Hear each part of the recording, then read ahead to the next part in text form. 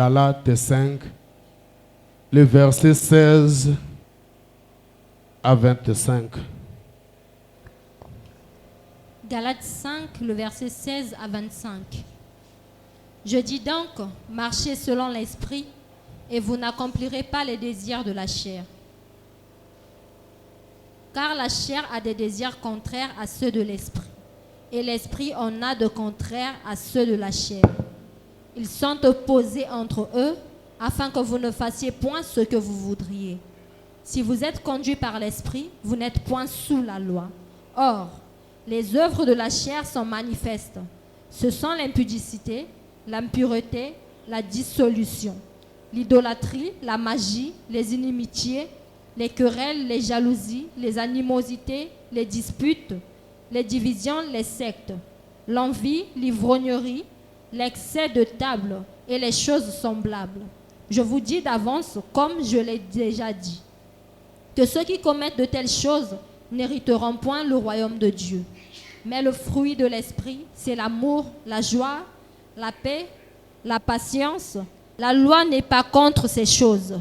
Ceux qui sont à Jésus-Christ ont crucifié la chair par ses passions et ses désirs. Le verset 25, si nous vivons par l'esprit, nous marchons aussi selon l'esprit. Amen. Prenons Romains 7, le verset 14 à 24. Romains 7, le verset 14 à 24. Nous savons en effet que la loi est spirituelle, mais moi, je suis charnel, vendu au péché. Car je ne sais pas ce que je fais, je ne fais point ce que je veux, et je fais ce que je hais. Or, si je fais ce que je ne veux pas, je reconnais par là que la loi est bonne. Et maintenant, ce n'est plus moi qui le fais, mais c'est le péché qui habite en moi. Ce qui est bon, je le sais, n'habite pas en moi, c'est-à-dire dans ma chair. J'ai la volonté, mais non le pouvoir de faire le bien. Car je ne fais pas le bien que je veux, et je fais le mal que je ne veux pas. Et si je fais ce que je ne veux pas, ce n'est plus moi qui le fais, c'est le péché qui habite en moi. Je trouve donc en moi cette loi, quand je veux faire le bien, le mal est attaché à moi. Car je prends plaisir à la loi de Dieu selon l'homme intérieur. Mais je vois dans mes membres une autre loi, qui lutte contre la loi de mon entendement, et qui me rend captif de la loi du péché qui est dans mes membres. Verset 24, misérable que je suis, qui me délivrera du corps de cette mort. Amen. Acclamons la parole du Seigneur. La Bible nous dit dans Galates 5, si nous sommes conduits par l'Esprit de Dieu, marchons aussi selon l'Esprit. Pourquoi? La chair a des désirs contraires à ceux de l'Esprit. Et l'Esprit aussi a des désirs qui sont contraires à ceux de la chair. Automatiquement, ils sont opposés entre eux. Pour t'empêcher de faire ce que tu voudras faire. C'est-à-dire quoi? Nzoto zana posa nangu. Et molimo azape na posa na ye. Molimo azotindo servir Seigneur. Mais nzoto parfois zo rappeler tala le passé. C'est-à-dire moto azobunda entre deux esprits, entre la chair et l'esprit. Mais Bible zotal sabiso ouvertement. C'est-à-dire, en tant que chrétien, né de nouveau, qui marche selon l'Esprit de Dieu, Osana le tente comme Atangomba, au Kendoyeba, un chrétien charnel, ou au découvrir un chrétien spirituel. Non. Il y a les chrétiens païens dans l'église, serviteurs païens dans l'église, prédicateurs païens dans l'église. Apôtre Paul nous a énuméré quelques-unes œuvres de la chair. Alors, oye babango, ouvertement, les œuvres de la chair sont manifestes. À énumérer quelques-unes, ce sont l'impudicité, l'idolâtrie, l'impureté, la magie, les excès, l'envie. C'est-à-dire, abi quelques-unes wana, mais chose grave, azoroba, tous ceux qui commettent de telles choses n'hériteront pas le royaume des cieux. Ben, laisse-moi te dire ce soir que l'enfer existe et l'enlèvement aussi est vrai. Romain azo qui est détecté bilokwana azoroba misérable à moi. C'est-à-dire azotaïsa la loi et la grâce. C'est-à-dire la loi est venue par Moïse. Ati mibeko. Oba kangie n'impudicité. Abiba lapide. C'est la loi. Et la loi est acquis bien. Et ben qu'on péché bateau. Ko sala ba mabe mosusu. Oko yibi ba simbi yo ba lapide yo. Mais la grâce aye abino ngolo ezali. Asopi makila. Mais grâce yé, est-ce que grâce yé ko abolir la loi? Loin de là. Grâce yé ko permettre biso na Bible na maboko tokende ko zongula bazem. Impossible. Grâce yé ko tinda biso na Bible tokende ko yiba. Loin de là. Bien aimé, laisse-moi te dire ce soir, nous les chrétiens, tokanga ba porte, tozon péché ba païen, ba yamba Yesu. C'est-à-dire tozon péché, ba racheter mosusu, ba prédestiner mosusu, au basa en captivité dans le monde, ba église. Pourquoi? Quand même personne tozaka en église, biso nande tozo rempli ba boîte de nuit. Mais païen, boine na quartier, ya bina kaneli bumulibanda. Ana ba tatouage na nzoto, c'est-à-dire identité na ye eza reconnu kaza païenne. Mais dis quoi zo na boîte de nuit akuti na bouteille à volcan. A signaler moninga na biomono. A déranger kabisu na butu na parler langue. Mais tala ye.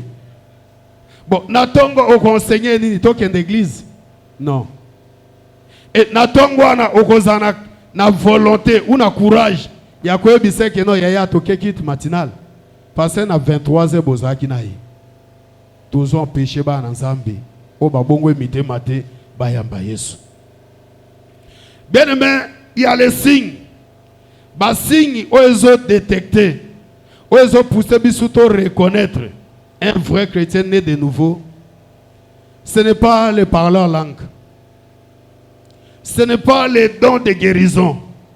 Ce n'est pas chasser les démons. Ce n'est pas la prophétie. Mais, et là on dit les autres reconnaître bisuto ba chrétien né de nouveau.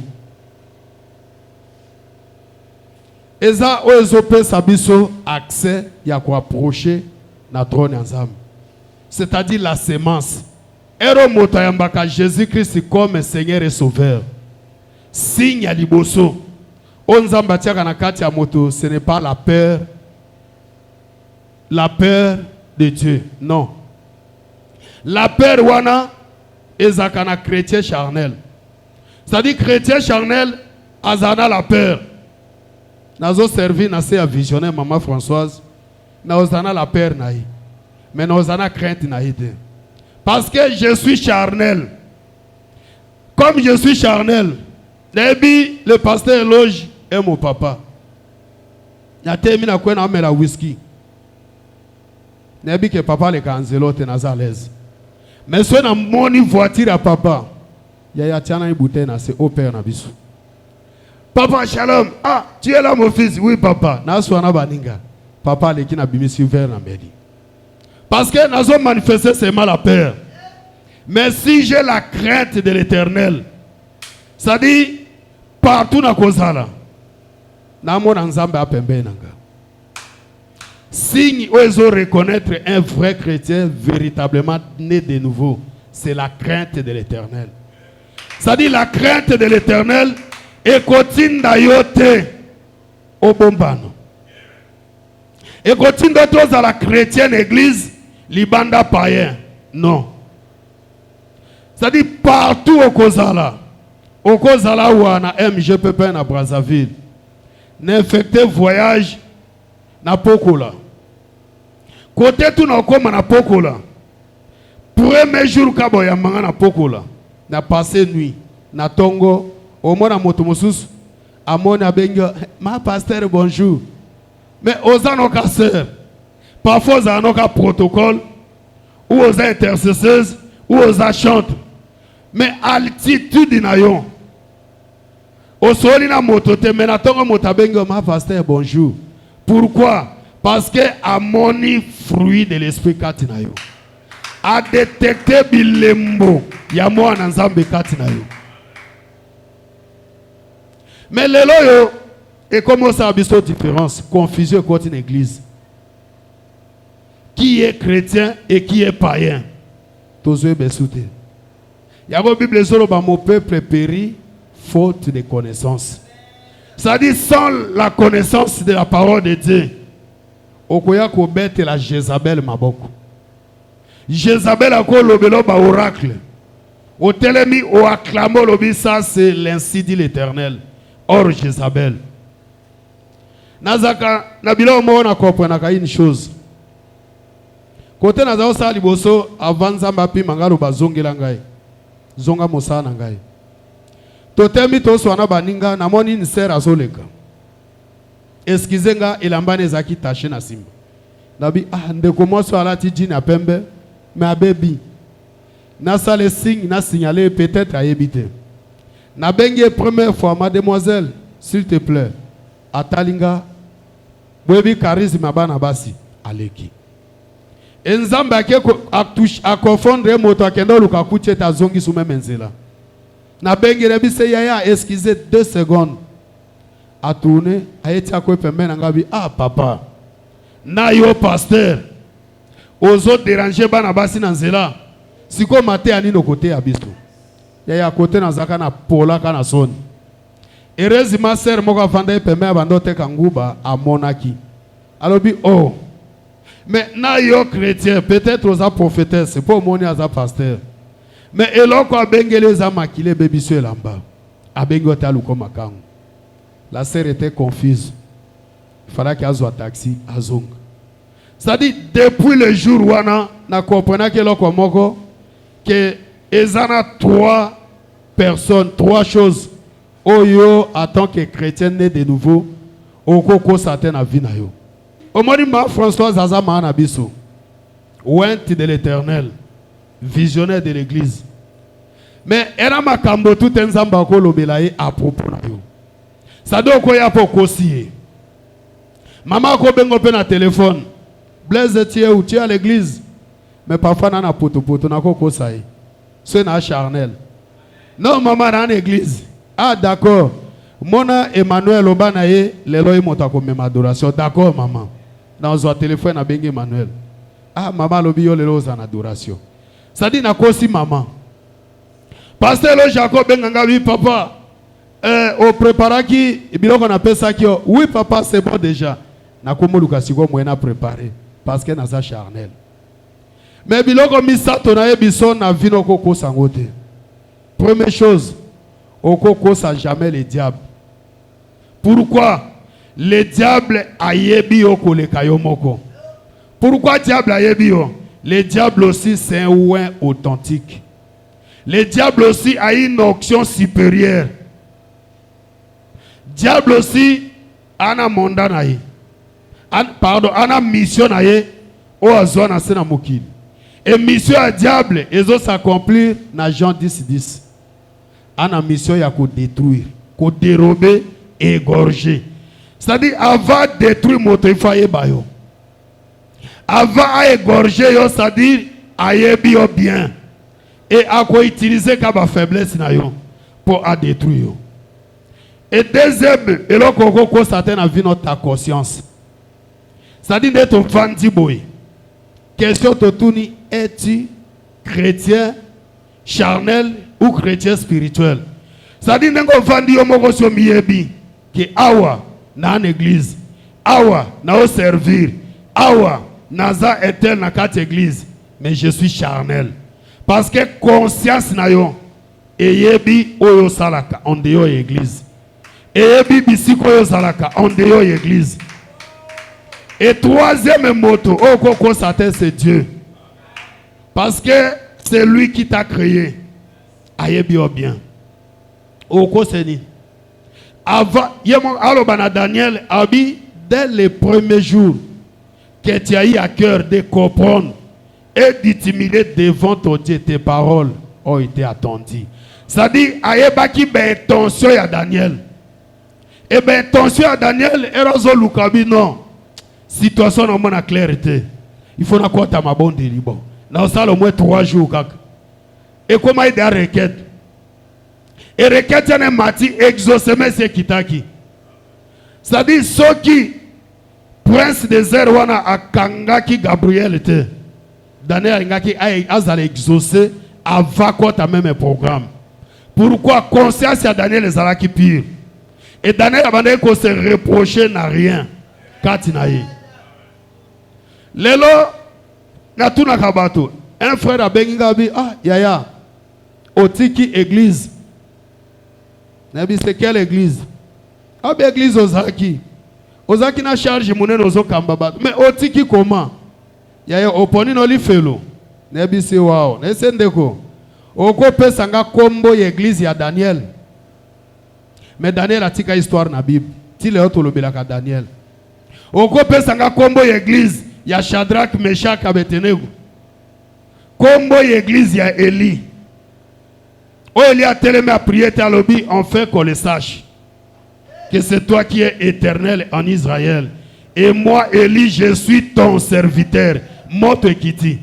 Kombo église ya Eli ezakinin. Mais église, il y a Daniel. C'est des gens qui d'abord conscience naïe. Motema naïe, ami naïe zaki connecté na créateur naïe. Nous avons Daniel azo qui ne ko défier la loi de la nature. A défier ba lion. Mais pourquoi Daniel azo défier ba lion? Parce que à côté qui na principe moko. Yaya spiritualité tout. Parce qu'on a que deux spiritualités. Tu as la spiritualité diabolique, yangamboano. Et tu as la spiritualité divine. Et dans tous les deux spiritualités, il y a interdit. Il y a une zone rouge, une ligne rouge. Ok, jamais qu'on traverser. Un magicien, so ba ebisi 2h05. Il faut lire à peau, il y a tout fait. Ok, na toilette, bimisango, au bano melango. Ça dit, tant que 2 heures et kokite, au moins à zoleka. Waouh, ah là là, t'es. So ba ebisi, yo, il faut qu'il y ait un la maille bembe. Chaque 4 heures. Ça dit, à cause de la bien, na relation à bateau dans la morgue. S'il s'agit à PC 2,5 millions, pour se ma bouton, il y a pas un bébé. Et comme un rythme, il y a tous les jours. Pourquoi? Parce que par un bango interdit, ils sont coupables. Négligence dans le monde ils ont conduit à la folie ou la mort. Mais bisou ba chrétien ni tomi pomaka. Tout le monde a la grâce. La grâce est ali. Et ya tikane biselo komoko. Eronga no to sumu kaka. Nake na sali meurtre. Mais na chrétien. Na zongi Seigneur pardonne-moi. Oui, grâce est ali. Mais erozo kenda o trahi moninga na yo. Ça dit yeba kozo zwa suko même chikote o babetaka Christ. Ozongi sou obeche sou pour la deuxième fois. Douleur ni nos ozongi se. Erozo kenda babi Bible obi ko yiba te yo ko yibi. Mais aux chrétiens miséricorde zana parce que grâce ezali. Mais yeba ozo sous couronne ya bepine. O lati sous Seigneur. Donc ngano chaque fois to lati sa ke même douleur. O yasi akoyoka. Mais ero yibi nzamba pardonner yo. Mais kobo ça a des conséquences. Conséquences wana okopeye yango. Tôt ou tard okofuta yango. Yo mona lamentation senga zolo ba nos pères ont péché et ils ne sont plus. Mais c'est nous qui portons la peine de leurs iniquités. Mais moto péché qui est à papa accueilli. Mais pourquoi ngano tozo porter ba peine yango? Parce que conséquences est héréditaire et landa. Un chrétien né de nouveau réellement rempli du Saint-Esprit, baptisé d'eau et du Saint-Esprit. Yaya, si réellement tu es né de nouveau, tu es dans le monde où Paul a outi na monde wana. Ye motazo révélé biso ba makambo. Apôtre Paul. Atala lobi non. O tu ezaki po nanga Paul comme un gain. Mena zo talango amona ngo potopoto. Ayo kango solo akopola. Ça dit braquage ezalaki avantage nanga Paul. Noko braquer na 10 millions. Mais pourquoi na ça les soango? Atali sobi tout m'est permis. Mais tout n'est pas utile. C'est-à-dire, pour que soit moi petit chéri Nanzela. Yaya, tu sais que tu es belle. Ah, merci. 2 secondes. À hôtel, et ça permis. Est-ce que maman Françoise a tibi sous loi moko que non, qu'on drague moi cité? Non. Papa lo jana simana biso que frère Keba, autant la moi c'est na miso mabe. Non. C'est que ça permis. Mais pour un gars chrétien né de nouveau, rempli du Saint-Esprit et sa utilité. Mais t'as là comment ton commissaire église faible. Comportement na biso chrétien. Si connais biso mouké pour la vie chrétienne. Ça dit la vie chrétienne c'est un comportement. La vie chrétienne est un langage. La vie chrétienne est un caractère, habitude. Vie chrétienne, premièrement, sa vie à dépouillement. Il y a vieil homme. Ça dit, si réellement sa chrétienne est de nouveau, il faut se dépouiller, la vieil homme.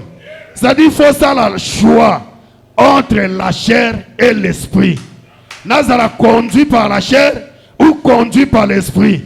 Ça dit, Nazala les œuvres de la chair ou n'a manifesté fruit de l'esprit. Le choix est clair. Mais l'autre commissaire église faible.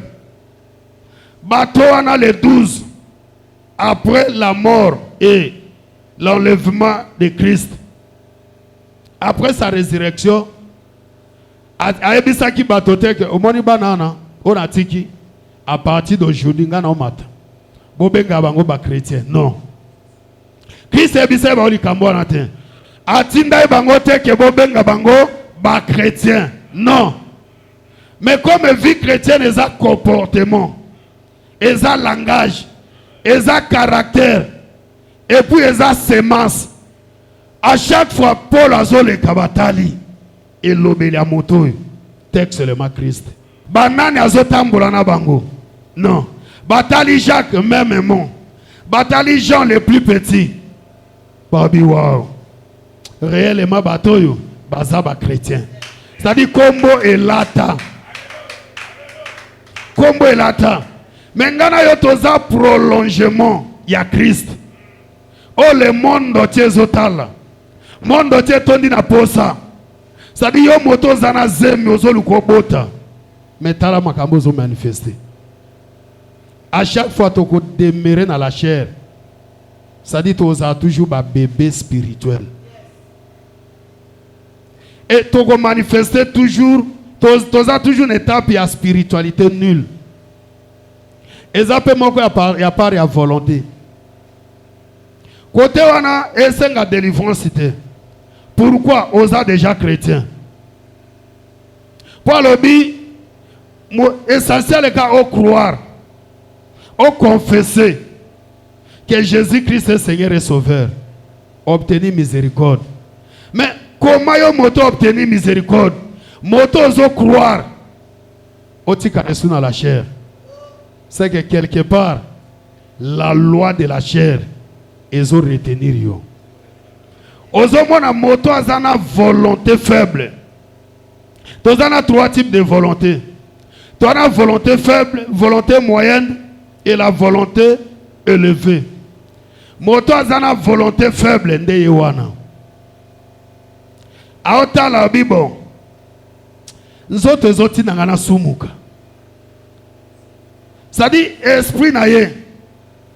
Il y a un moment na kati église ayebisete frère vieux zo sale amabe tikango. Et ana misu bayoka même voix Alors qu'il va bo gangela ye que ozo sale a bien te tikango. Mais comme loi wana péché wana et kangami na ba membre na ye. Peut-être kangami na la langue kotonga. Ça dit soit 25 personnes parlement debout. Ako simba pasteur. Alongo la pasteur a kena visionnaire yo moi te maman na tout monde a fait clarté. Embarquer équipe mobimba. Alonga bando localiser serviteur moko. Aketi a contrôler protocole. Habite ba sala bien te. Akena ba musicien. Assisi église mobimba. Ça dit loi wana ya péché et kangami na la langue. Monokoneta ke lobi mabete akozwa kimiate. Aza limité na la langue. Mais esprit est moko ezoluke bimisaye. Mais comme aza lié na la membre, ye wana nde akomi misérable. Maintenant zolela abinani ako délivrer na la loi du péché oyo. Parce que mabe onga na oluka kutika. Na yebi mabe wana. Yaya colère oeza kati nanga na yebi yango. Que vraiment Lidoviki solo mina li kaomoko automatique mais fona s'énerver na ko million. Et amabe kanda wana e kangi ba membre nanga nzoto.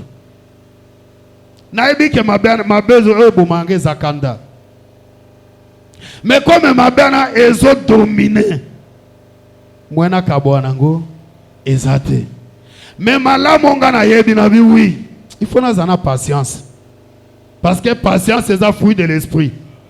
Mais incapable ya ko manifester patience. Likamukezo kwa li mettre na pétrole moto. Mensonge. Ngamo conscience na ngezo bakete. Makambo tu na lobi lelo pourquoi ben na kosiboy. Il faut natika mensonge. Mais comme naza lié condamné dans la loi. Mwena kabwana mensonge exaté. Pourquoi la chair, to ya la chair ezo dominer esprit. Et maintenant nana ko délivrer yo dans la loi du péché. Mais il y a quelqu'un au babenga que l'homme de 33 ans. Il y a Azal et l'autre disponible. Essentiel, yo omi pesanaï. Aza capable. C'est-à-dire, ils ont péché, mon sous ces héréditaires. Kosakanate. Ozo bundo bima. Mais comme ils ont la loi, il y a tout qui est terre à terre. Tous les cas, il y a Covid. Balobi, moto ba okutane na nzela. C'est-à-dire, la police a coûté une sabavette. Et banda une amende à 5 000. C'est-à-dire, autant bon sabavette, amende à 5 000. Mais bavette, on s'en va combien? Bataire vendant ça, il y a 100 francs. Il y a 200, il y a 300. Bavette. 100 fois. Maman a moto ana ngo ndako. Passez à la loi. Avant ndako. Allô, kudana veni nana kwa goudron azilo. De ya na koma. Azu bavette asundoli. Ake goudron. Liso na moninga bon, to so mbata mapa en boutique. L'état ba koma na boutique Béjou. Moninga na bavette, yesa bavette. Ma monsieur, monte. Quand la police n'a vu ces accords, monte, on va. On va où? Babi non, oye bakuna. Bati okabou. Bavette ate. Parce que police toi nango. Et maintenant, yoza nangote. Automatiquement, on commis sous la loi. C'est-à-dire, mibeko commis ko appliquer liko na yo. Et so kuti ba police baba bibi. L'État va ok non basali fou bakuchona 300 000 na poche. Ba kotigo n'État tolo. Ma 200 voyous. Ba preso même 200 prend le bis. Ça dit 300 000 et kei na likambo amuke. Mais moto azana bavette ne. Akokuta même na un colonel a fait c'est bonsoir mon colonel, mon fils ça va. Allez qui? Parce que azane sous la loi te. Motoana a défié la loi. Aza en règle. Moi la police était mise kangaye ezate. Et ande mo na biso ba chrétien. gloire yangoyo. Ça dit destiné na yo, osa destiné na ba grande chose. Mais ni le diable a zo memelo distraction. Au côté ma bonne délit. 3 jours à sec. Au Sissi. Tomata montagne. Au Mati montagne. Aux 8 disciplines. Chaque midi dans la prière. Au souffrir ba genou non. Mais aux obima ba sédio ne loko muke oke au saini au CD. Ça dit au komaki à 2 pas ne loko zoluka. Au zongi susima. C'est-à-dire aux obundana au longu na spiritualité nulle. Au macho comme na spiritualité moyenne. Ozo bundo atteindre dimension moko ya spiritualité élevée pour ba sainté yo. Nana sainté yo un frère de l'église. Yaya, tala. Tikane biso vérité. Bondumba ko bondumbe suna le monde de. Ça dit na salle examen de conscience na luka bandumba. Na yeko découvrir bandumba l'église. Na salle examen de conscience na luka ba criminel o ba boma bato. Na yeko so bango l'église. Pourquoi? Naza intercesseuse. Naza chantre, naza protocole. Gagner dame à Saint-Engaï. Ah! L'église. Tétété. Maman lobaki oazana posa yozo mwasa komona yi. Mais comme eze me kotito sa andeni. Omona fois biso te za calme. Allô docteur? Yaya position eloko na to sa ngondeni. Ça dit docteur peut ayeba code. Ah ya petit nangai. Petit nanga comment sur le terrain? Bon, et à combien de jours? Te père 2 semaines kaka. Petit ango moi est sauté. Mais ah, na sale rêve. Bon, li kambote yo petit nanga. Propenga ka 30 000. Ah, te père ba jour pia kanaka na 20 000. Bon, 10 000 okoluka après. Ça dit azo koti so même nyungu. On a 20 000 abili kambote ya kanango. Mais 10 000 après. O même sere boke bosenini. Bobomi moto sanguinaire. Ça dit ma boko non. Erozo tombo la Saint-Esprit remplis-moi. Nzambe asi apeso mo Kongo. Ayoko solo akopola. Maboko nezo dégager makila na présence ensemble. Yango mona ka sala examen de conscience yo modérateur na moment prière. Erozolo ba toketo répondre mitema na biso pa Seigneur senga miséricorde. Oyoka ba voix ba tunenge kitaka. Ça dit yoka to ya volume. Même volume comme qui na 90% au sati shit libre. Bato bazongi na 20%. Pourquoi? Conscience ya motezo talise ki ah ya. Quand on a 5 mois, n'est-ce pas, c'est à 5 mois. Olongoli 3e. Yo penzamba yoko. Ça dit wana sata zolo belo. Abinzamba yoko automatiquement prière senin ekiti. Bon, tozolo ba ministère de guérison. Yangana yo toza la conscient. Ça dit guérison tozolo ba. Tozolo ba sous prière puissante pour les nations. Ça dit c'est possible MGPPN et qu'elle ne s'implanter dans Israël. Parce que c'est une nation. C'est possible de s'installer dans Golgotha. Dans le Mexique, toute l'église. Mais bisouno mototozo limité Eve. Ça dit tozo kangango. Ministère ou que paniete. Biso a toza kaboui. To vanda na biso boui. Ça dit vie à péché et mesana. Dans quelle église moi m'invitangai? Premier jour, 2e jour, comme les séminaire. Frère, on a ce peine à tout comment sur un jour qui te silabi non. Mpaka yagalani oh tout bas serviteur. Tout bando sur tout bando ça moi partage. Yeah. Na comprenez une chose que kuna des années. Ça doit aller oh y'a un gâteau. Quand tu l'as bon chéri nanga aliani. Ça dit son y atteint. Chéri nanga aliani. Tu vas ah. Bino bona chéri ya. Au moins moi petit toi yo ayesi kana motote. Oko zoye na bi ya bo keli felo. Ese pasteur na bino yebango. Habite papa ko yebango. Ah, so yebito sambu. Ça dit nini? Nga comme nazo s'entretenir na intel. Et Jérémie a dit que pas Blaise azakane etel. Salem aza conseil bi que tel Ludovic azana etel. Emmanuel a dit que tel ndenge makera zana yé na Hélène bazakora ko. Ça dit moyen sous moto aya avandi sa moninga porter conseil sanini ezate. C'est-à-dire secret wana koma kokufa na entre biso na biso. Yaya l'enfer existe. To keli felo na ba parole langue na biso. O keli felo na do ya prophétie. O prophétisa ka biso to yoka. To zi ba requête. To zi mweni ni ya ko défier mission Satan nango. Mais yo na ba prophétie no o quel enfer. C'est le moment. C'est-à-dire toyebi jour ni Christ akoyate. Au moni péché c'est comme un mode de vie. C'est que papa wana ou maman wana aza charnel. Parce qu'un chrétien né de nouveau, ce qui a péché, il y a osé mal à l'aise. Osé mal à l'aise, culpabilité. Ça dit au kokate, motatin dote que non kota même programme.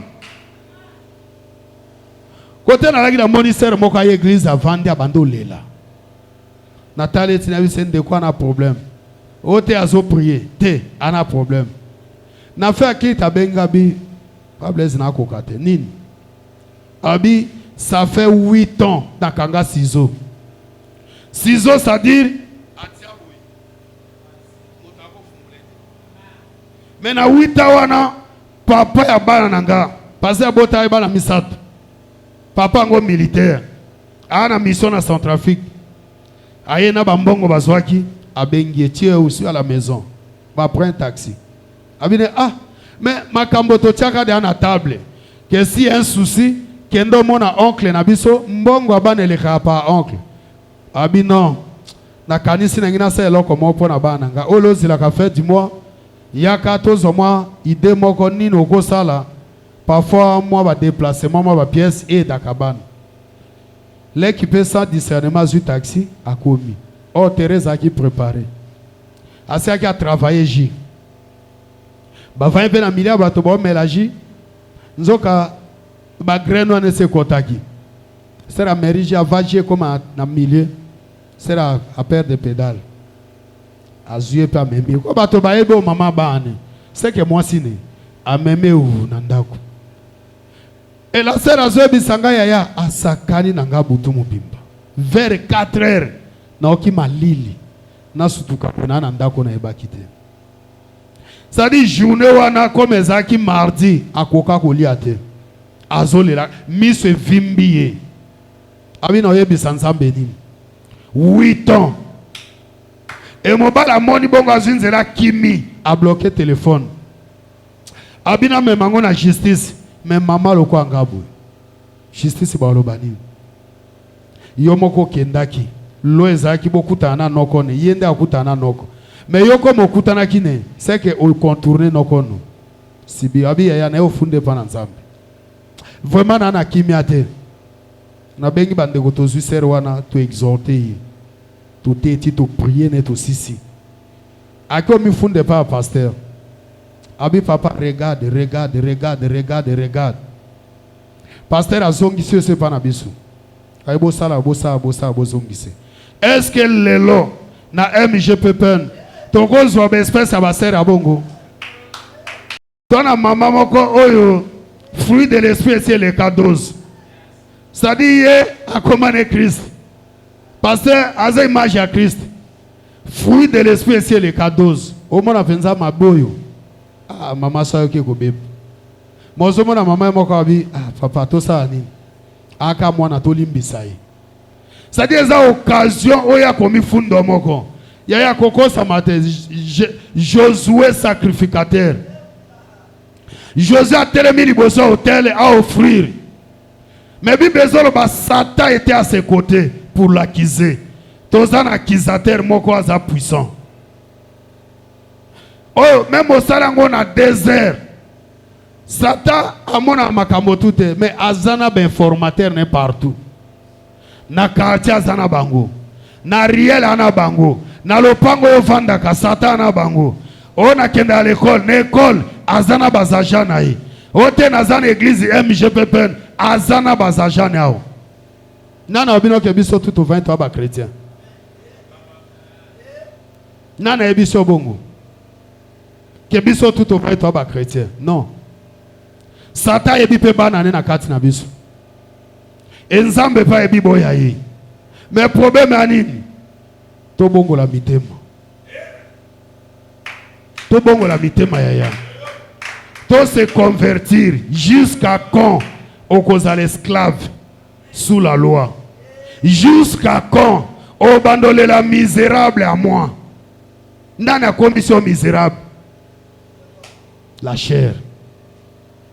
Ça demande une autre. Endima à motote. Zoto endima à motote. Nathalie moi Simon RDC Amida. Na me ko sonde penser à moi na moi ça na bi wow. O penza reine. Reine des eaux abima penza moto. Ça dit moi si azoka miba na contrat. À cause de 3 ans. 3 ans qui divorce Salim. Mais beauté si la kate. Mais so talier penza na l'air spirituel. A ne veut qui ton côté. Mais gaz ya bongo. Mais comme il y a ça charnel et l'obélé l'autre côté. À ça l'époque naïe. Mais mon bali toi kuta ana amida. Même soit zaki nase. Aki politicien moko yase, il faut amata. Même soit zaki homme d'affaires moko boyase, il faut amata. Ça dit monde wana batinda ye spécialement pour na ko impacter bato ya monde na bango.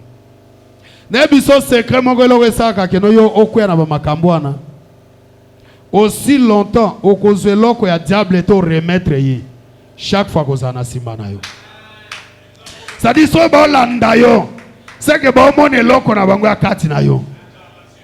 Mais pesa bango ya bango koma libre zongi sela bango. Parce que ça ya bango. Bazo la nande loko na bango. Sera binanga bi papa.